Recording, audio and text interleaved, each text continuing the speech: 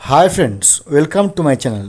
এবার থেকে ডিস্টেন্ট গ্রাউন্ডে ট্রান্সফার এক প্রকার সিল করে দেওয়া হলো, বা ট্রান্সফার বা উৎসশ্রীর মাধ্যমে ট্রান্সফার বা যে কোনো প্রক্রিয়ার মাধ্যমে ট্রান্সফার বন্ধ করে দেওয়া হলো।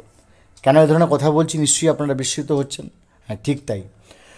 গতকাল কলকাতা হাইকোর্টের সম্মানীয় জাস্টিস বিশ্বজিৎ বসু মহোদয়, তিনি একজন ভূগোলের শিক্ষকের ট্রান্সফার সংক্রান্ত একটি আদেশনামায় বলেছেন যে যেহেতু উনি এইচআরএ পাচ্ছেন, তাই ওনাকে ট্রান্সফার দেওয়াটা অযৌক্তিক।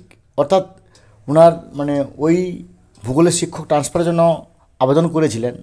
24 পরগনার একটা জেলায় যাবেন, যেখানে উনি আছেন সেখান থেকে 400 কিলোমিটার ডিস্টেন্সে উনি সার্ভিস করছেন। এই গ্রাউন্ডে উনি অ্যাপ্লাই করেছিলেন।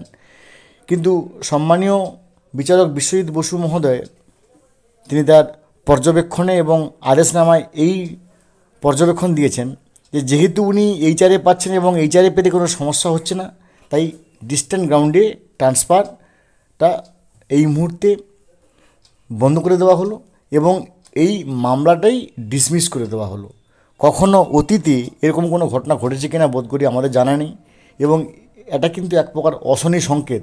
কারণ রাজ্য সরকার যেনারা ট্রান্সফার বন্ধের জন্য আপ্রাণ চেষ্টা করেছিল, তারা কিন্তু এটাকে অবশ্যই একটা আগ্নেয় অস্ত্র বা একটা মারাত্মক অস্ত্র হিসেবে প্রয়োগ করবে, এবং এর ফলে যারা 500 কিলোমিটার বা 600 কিলোমিটার দূরে আছেন, তাদের ট্রান্সফার এক প্রকার তাদের ট্রান্সফারের কফিনে শেষ পেরেক পুঁতা হয়ে গেলে এটা আমরা বলতে পারি।